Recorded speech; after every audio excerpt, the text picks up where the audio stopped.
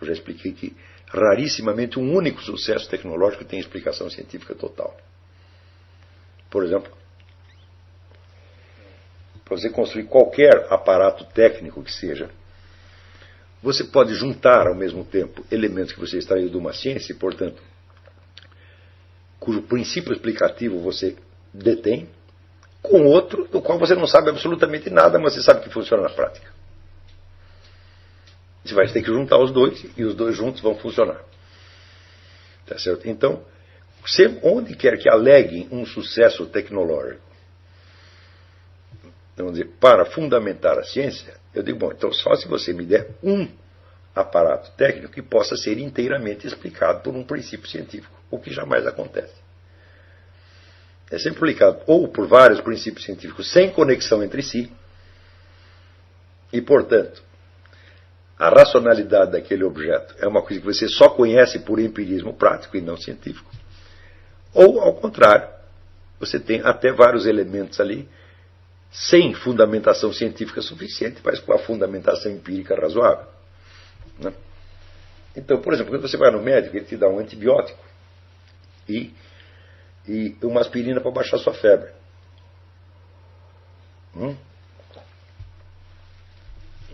Então, por quê? Porque se você for só curar, vamos dizer, a causa remota da sua infecção, que é o que o antibiótico está fazendo, isso pode demorar tempo demais, e enquanto isso a febre mata você, ou queima o seu cérebro.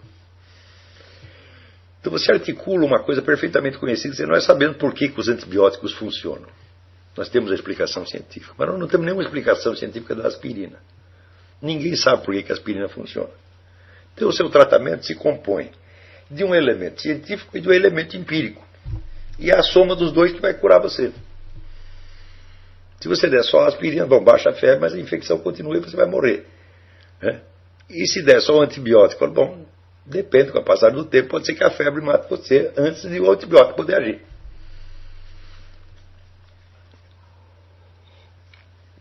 E assim por diante. Por exemplo, você tem aqui uma imensa usina atômica. Né? Está tudo ali explicadinho, de acordo com os princípios científicos mais arrumadinho que você possa imaginar. Mas acontece o seguinte, para a usina funcionar, precisa de um treco chamado eletricidade. Você liga a máquina e começa tudo a funcionar. E muito bem, agora que vocês estão aqui, me explica o que é uma carga elétrica. Eles não têm a menor explicação. Então, aquele imenso conjunto científico funciona graças a um elemento empírico do qual ninguém tem explicação científica. E tudo em tecnologia é assim. Tá certo? Então, vamos dizer, a tecnologia só é possível graças a este elemento de racionalidade que eu estou falando, que é o que articula a experiência real com o elemento científico, meu Deus do céu. É isto que produz o progresso tecnológico e não a ciência em si. Está entendendo? Ora, esta capacidade de articular a experiência real, concreta, com a armadura das conclusões científicas, tá certo? É aquilo que se exerce no senso comum e é aquilo que se exerce de maneira excelsa e de maneira, vamos dizer, aperfeiçoada na filosofia. Porque a filosofia é uma meditação sobre o conhecimento efetivo. E o conhecimento efetivo nunca é dado só pela ciência. Ele sempre precisa de um algo mais, que o valide no campo da experiência real. E ora, essa articulação não se pode fazer de maneira total e sistemática. Não é possível fazer como os filósofos do tempo clássico, 1500, 1600, queriam fazer, quer dizer, um sistema de teses que articule essas duas coisas de uma vez para sempre e obrigatório para todo mundo. Mas bem, no tempo de Platão e Aristóteles já sabiam que isso era impossível. Né? Mas alguns cientistas e filósofos, a partir da Renascença, acreditaram que era possível criar o que eles chamavam o sistema.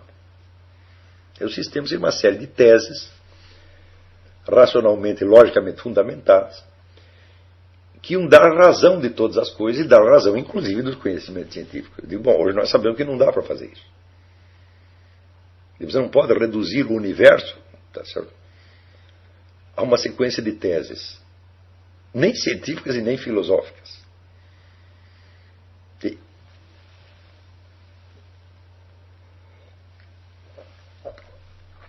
por que você não pode? Porque qualquer sistema, ele se baseia apenas em afirmações gerais. E muitas vezes essa articulação que eu estou falando não se fundamenta em afirmações gerais, mas no conhecimento de um objeto concreto ou de uma situação concreta. Então isso é uma coisa que só um indivíduo pode fazer. O indivíduo humano real. Então, é por isso que você preparar pessoas para o exercício de uma tarefa de pesquisa científica é uma coisa, e você prepará-las para o exercício da filosofia é completamente outra.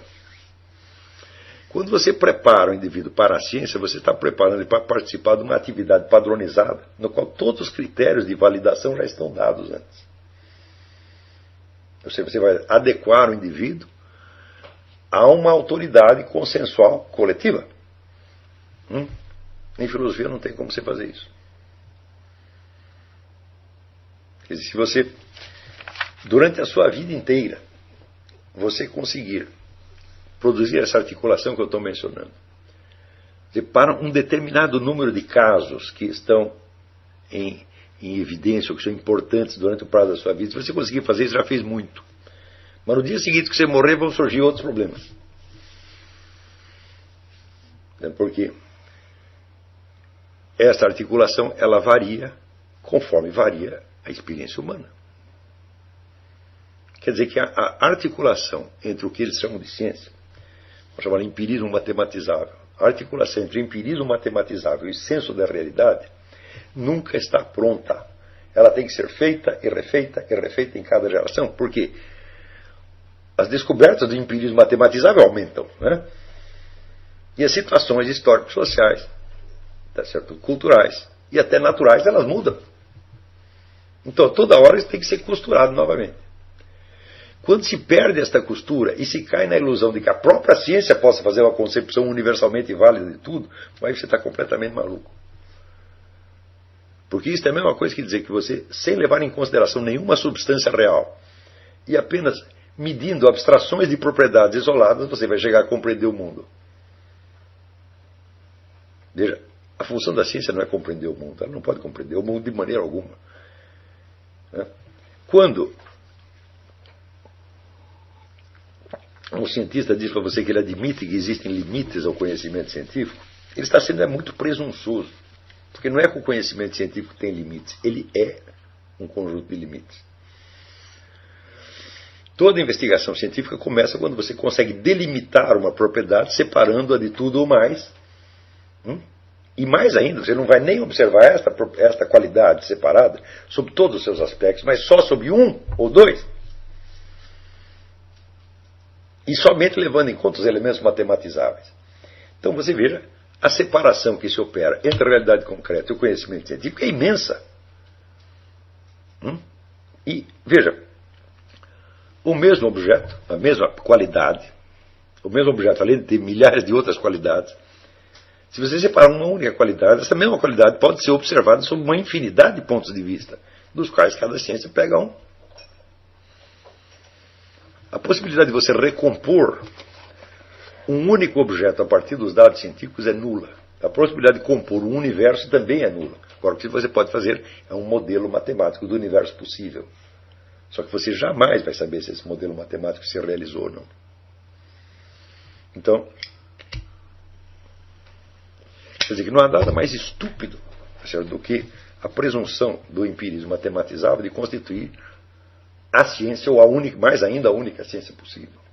Ou de poder dispensar outras modalidades de conhecimento. Isso aí é uma coisa absolutamente intolerável do ponto de vista racional. Então, seria a melhor coisa dizer, nós não precisamos do conhecimento de nenhuma substância individual, não precisamos de nenhuma experiência real. Nós precisamos apenas a mensuração científica de certas qualidades tomadas em separado. Fala, isso é evidentemente loucura. Tá certo?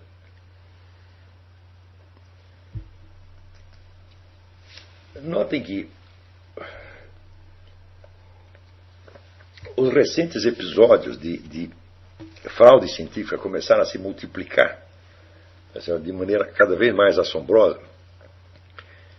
E o estranho é que eles não tivessem aparecido antes. Porque eles já estão dados, vamos dizer, na própria proposta científica inicial. Vou dizer estudos, os primeiros que raciocinaram sobre o método científico. Você vê que aquilo ali já vem, vamos dizer, com tanta encrenca dentro, com tantos pressupostos mal explicados, com tantas imposições arbitrárias, que era inevitável que um bom coeficiente de falsificação estivesse presente ali desde o início. E estava mesmo. Quando vocês veem que a própria imagem da ciência, quer dizer, do empirismo matematizável, como uma atividade puramente racional, inteiramente idônea, tá certo? Imune a preferências subjetivas e compartilhada por toda uma comunidade. Quando se formou isso aí, já se formou na base da fraude. Já se formou na base da ocultação. Porque esta imagem foi feita sobretudo em cima da pessoa de Newton, Isaac Newton. E foi feita mediante a ocultação proposital de quase toda a carreira intelectual de Newton. Então isso quer dizer que aqueles que produziram, o pessoal da Royal Society que produziu esta imagem, sabia que estava mentindo. E criando com isto a ideia, vamos dizer, de um sacerdócio, de um clero, infinitamente idôneo, objetivo e capaz, vamos dizer, de dar uma explicação racional para todos os fenômenos do mundo. Mas é claro que isto é fraude. E me espanto que pessoas razoáveis tenham podido acreditar nisso num único minuto que seja. Porque, por mais idônea que seja esta atividade, tá certo? Ela não tem a conexão com o mundo real. E essa conexão com o mundo real vai ter que ser feita por outros métodos que não são os dela. Portanto, não for que toda a ciência seja absolutamente idônea, as conclusões gerais que as pessoas vão tirar dela não são científicas. As conclusões que os próprios cientistas vão tirar não são científicas e vão ter que ser validadas por outros métodos que não estão ao alcance da fiscalização científica. Então, no mínimo, eles estão exercendo uma autoridade integral em nome de uma autoridade muito parcial que eles têm para um campo especificamente limitado. Então, a fraude já estava na formulação inicial. A ideia de você separar um determinado método e rejeitar todas as outras modalidades de conhecimento em nome disso, isso já era fraude no início. Então, que isso acabasse proliferando uma fraude geral, isso já era uma coisa mais ou menos inevitável. E eu achei quase um milagre que isso não acontecesse antes. Mas as fraudes sempre acompanharam a história científica. E, curiosamente, a história da ciência não inclui essas fraudes. Inclui somente os sucessos da ciência.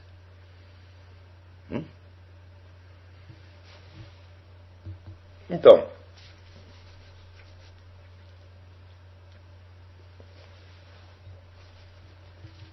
eu vou ler aqui uma das observações que eu tomei. Primeiro, partindo de uma parágrafo de Jean Dojat. Jean Dojat foi um físico e filósofo francês. O cara tinha 3 funções: era físico, era filósofo e era um apologista, um apologeta cristão. Então diz ele: como a física é essencialmente ciência do mundo sensível e ciência dos fatos, e como ela repousa inteira sobre a observação e a experiência, como ela não estuda senão os fenômenos sensíveis e observáveis, as pessoas são geralmente levadas a crer que o objeto que ela busca e que ela consegue conhecer intelectualmente é o mundo sensível. São os corpos, os fatos, os fenômenos sensíveis. Um pouco de atenção refletida logo mostra que não é nada disso. Que a física, como toda a ciência humana, conhece não um objeto real e sensível, mas um objeto inteligível que não tem realidade senão no espírito que conhece. Um objeto que não pertence ao mundo sensível, mas ao mundo das abstrações. Um objeto que não é um ser individual, como todas as coisas sensíveis e reais, mas uma essência universal. O geômetra nos falará de linhas absolutamente retas, de planos perfeitos, de curvas sem erros, o físico de corpos absolutamente rígidos ou absolutamente elásticos, ou ainda de gases perfeitos. O químico nos falará de corpos perfeitamente puros, etc., afirma a doutora Helene Metzger, no livro Les Concepts Scientifiques. Outra citação: é a abstração que fornece as noções de número, de linha, de superfície, de ângulo, de massa, de força e de pressão, escreve Pierre Duhem em La Théorie Physique. E continua Dojá: massa, força, pressão, sólido indeformável, gás perfeito, corpo puro do químico, outros tantos objetos inteligíveis não são nem coisas nem fatos sensíveis. O físico está sempre à busca de uma noção abstrata. Eu digo, muito bem, ele tem toda a razão. Mas se fosse só esse o problema, não seria um grande problema. Porque todo conhecimento humano é obtido através da abstração. O problema é a separação entre os dois tipos de abstração. Uma é a abstração, repito, a abstração que capta a forma inteligível de um ente concreto e o nomeia segundo a sua espécie. Espécie da qual ele, na sua diferenciação individual, tá certo? Não é senão uma manifestação possível, inteiramente compatível com a essência geral da espécie.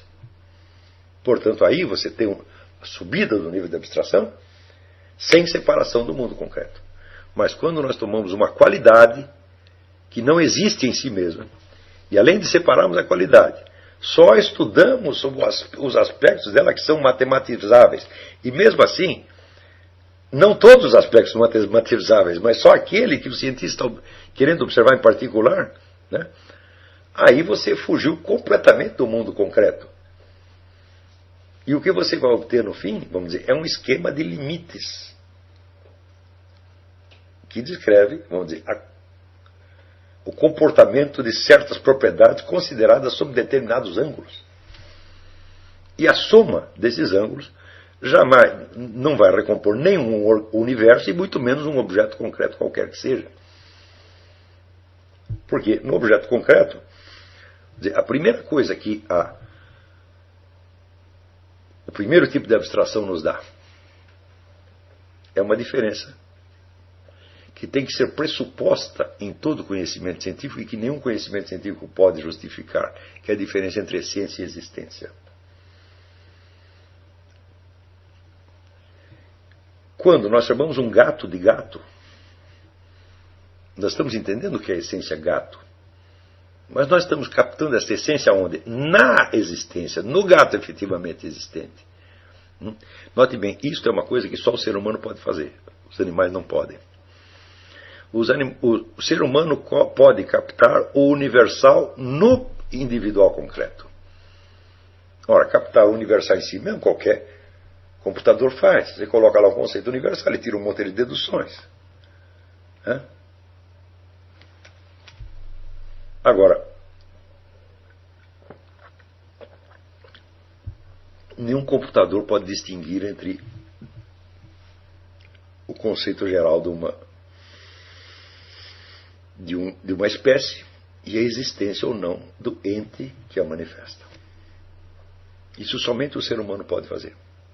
E isto de fato é a capacidade intelectual mais alta. As outras capacidades todas são idealmente mecanizáveis. E o ideal mesmo da ciência é reduzir-se inteiramente a observações mecanizáveis sem participação humana. Então, quanto mais observações e mensurações possam ser feitas por máquinas, sem a participação direta humana, sem interferência direta humana, tanto mais o praticante da ciência respectiva diz que ela está evoluída. E essas observações e medições, por mais exatas que elas sejam, elas estão a léguas de distância da distinção fundamental que é de essência e existência. Então isso quer dizer que somente a razão capaz racional de um ser humano concreto, existente, de carne e osso, vivo, pode operar esta junção e validar o conhecimento científico em face do mundo real. E isso é precisamente a ocupação da filosofia. Validação que implica também a consciência das limitações recíprocas.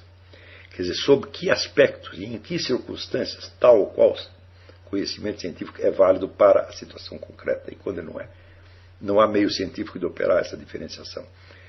Isso, para cada caso é um caso, e somente a razão do indivíduo concreto vivente pode operar isso. Ora, formar a pessoa para exercer esta função é completamente diferente de formá-la para exercer uma ciência.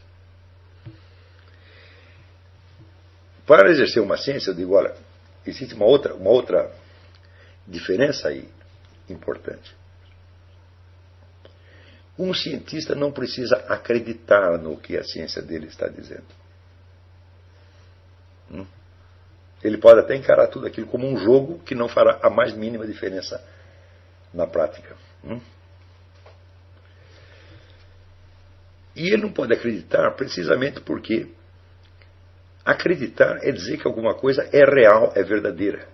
Uai, a ciência não tem nada a ver com o real e o verdadeiro, tem apenas a ver com o exato. Então isso quer dizer que aquelas conclusões científicas, a veracidade delas está na sua exatidão e na sua coincidência com certas observações muito particulares e muito limitadas, operadas não só em cima de qualidades separadas, mas de aspectos dessas qualidades.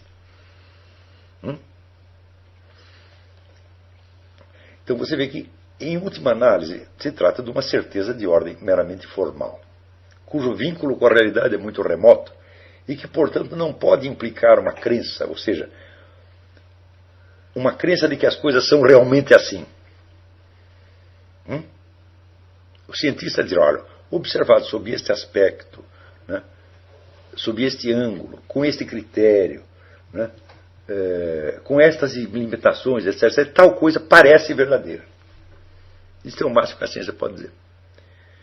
Então, quer dizer, o tipo de responsabilidade intelectual que se exige de um cientista é ao contrário do que se exige de nós, dos filósofos.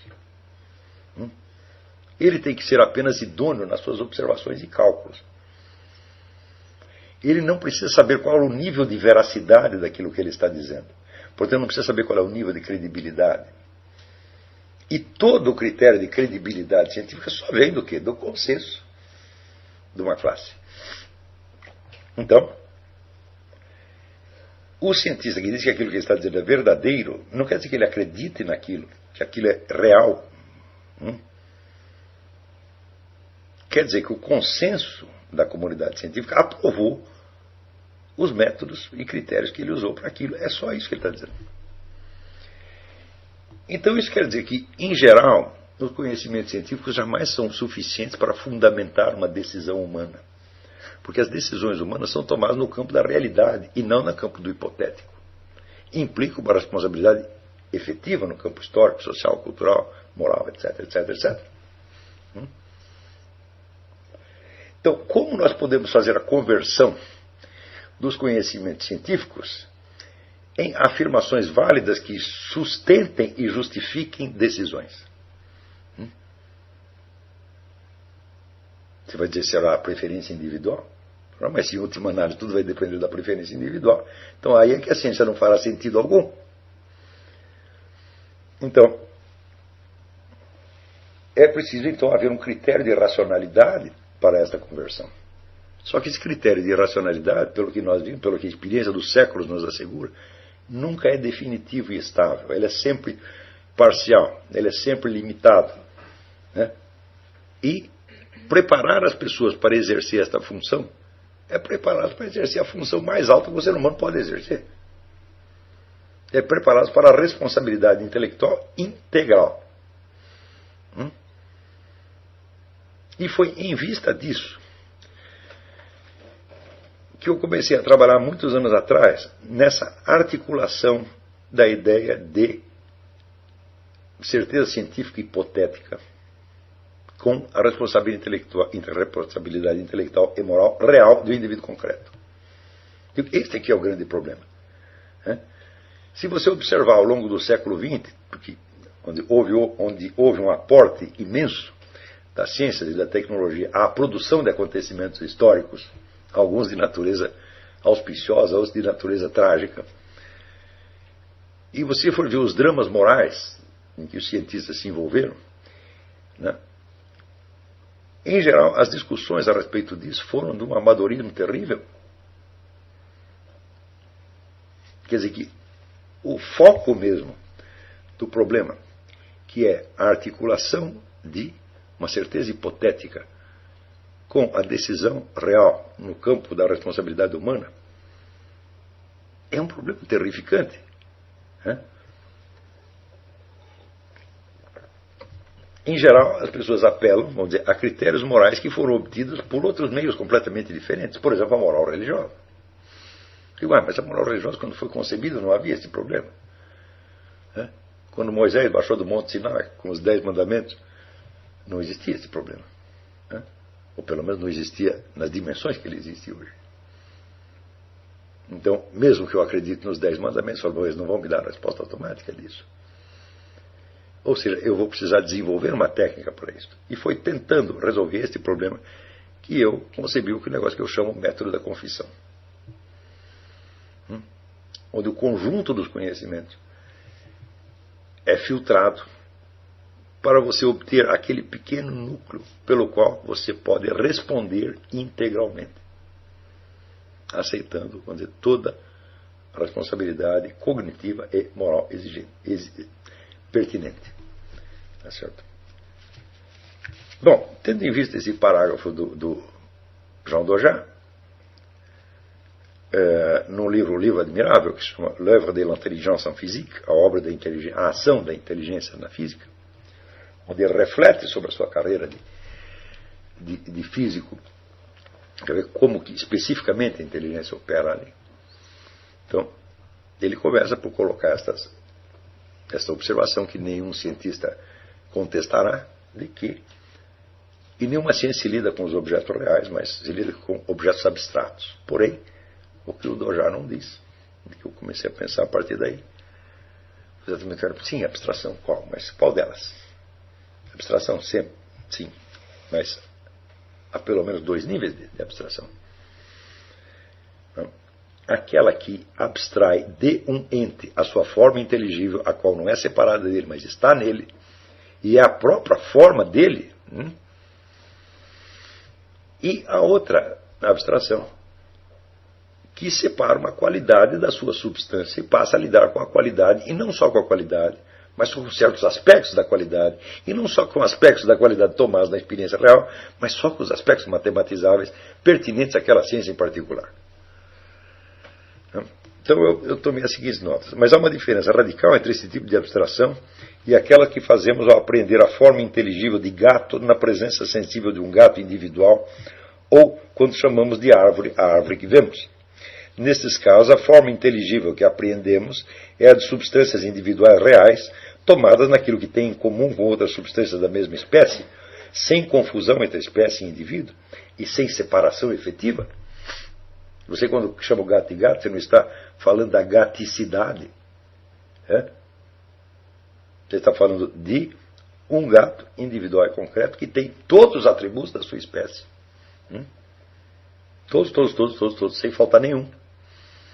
Mas que, ao mesmo tempo, só os manifesta sob uma forma específica, que é aquela que ele manifesta fisicamente. A abstração científica é de tipo totalmente diverso. Ela não distingue e classifica substâncias reais, se bem que há, no começo de toda a ciência, uma certa atividade classificatória. Ela separa de uma substância tão somente uma qualidade ou um acidente e passa a observá-los em si mesmo, sem voltar-se a referir à substância. Note bem, a noção de substância individual não tem correspondente em nenhum conceito científico do universo.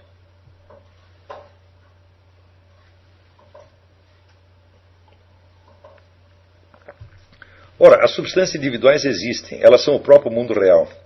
Também existem as espécies como ordens de similaridades estruturais observáveis no mundo real. Mas as qualidades e acidentes não existem substantivamente, e nenhuma substância pode ser recomposta apenas da soma das suas qualidades e acidentes, excluída a forma inteligível. Então, ora, o cientista que estuda, por exemplo, uma superfície, a iluminação de uma superfície branca que ele observou na parede, ou no pelo do gato, ou numa vaca, qualquer coisa assim, ele sabe perfeitamente que existe a forma inteligível. Ele não usa esta noção na sua atividade científica, mas ele está sentado nela. Tudo o que ele diz só faz sentido se ele for capaz de aprender forma inteligível. Mas, ao mesmo tempo, forma inteligível não é um conceito científico. Não corresponde a nenhuma ciência em particular. E não tem como você justificá-la nem pela física, nem pela química, nem pela matemática, nem pela coisa nenhuma, mas somente pela razão humana tomada na sua plenitude. As qualidades e acidentes também têm suas próprias formas inteligíveis, é claro. Senão nada poderíamos dizer deles. Mas, é claro, não são formas inteligíveis de substâncias. O branco do muro é inteligível, mas ele só é inteligível como qualidade de uma substância, não como entidade independente. Como entidade independente, só existe na cabeça do cientista. Mas são as formas de aspectos parciais e não de coisas. E só são inteligíveis na medida em que sabemos que não existem em si mesmos, mas só nas coisas e substâncias. Claro, o branco do muro, a partir da hora que você começar a pensar que ele existe em si mesmo, você já não está inteligindo. Você pegou uma simples essência e está tomando a essência como se fosse uma substância. O que é essência? É a definição da coisa. Mas a essência nunca existe em si mesma, ela só existe no objeto existente. Há aí, portanto, duas modalidades de abstração.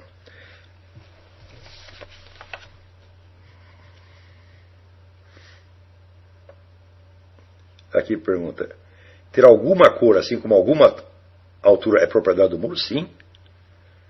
E a cor específica, a altura específica são acidentes? Exatamente. Então, se o animal tem pelo, bom, o pelo tem que ter alguma cor, mas que ele tenha esta cor ou aquela cor não está definido. Agora, existe uma coisa que é importantíssima, é bom você lembrar isso aqui.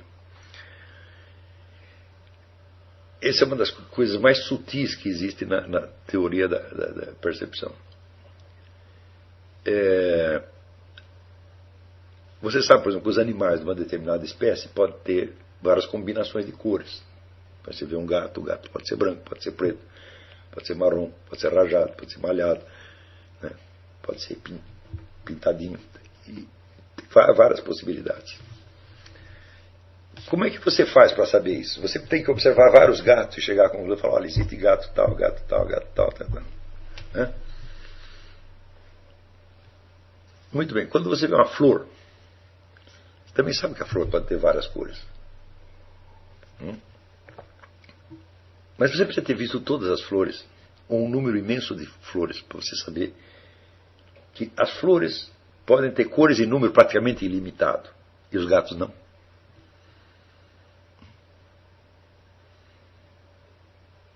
Se fosse isso, nós jamais chegaríamos a essa conclusão.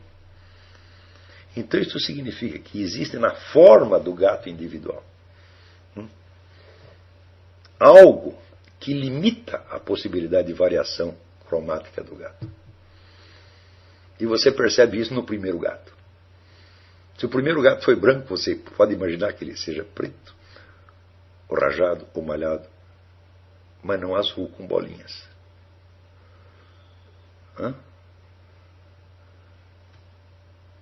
Eu não sei de onde nós tiramos esse conhecimento, mas que ele existe, eu sei por empirismo.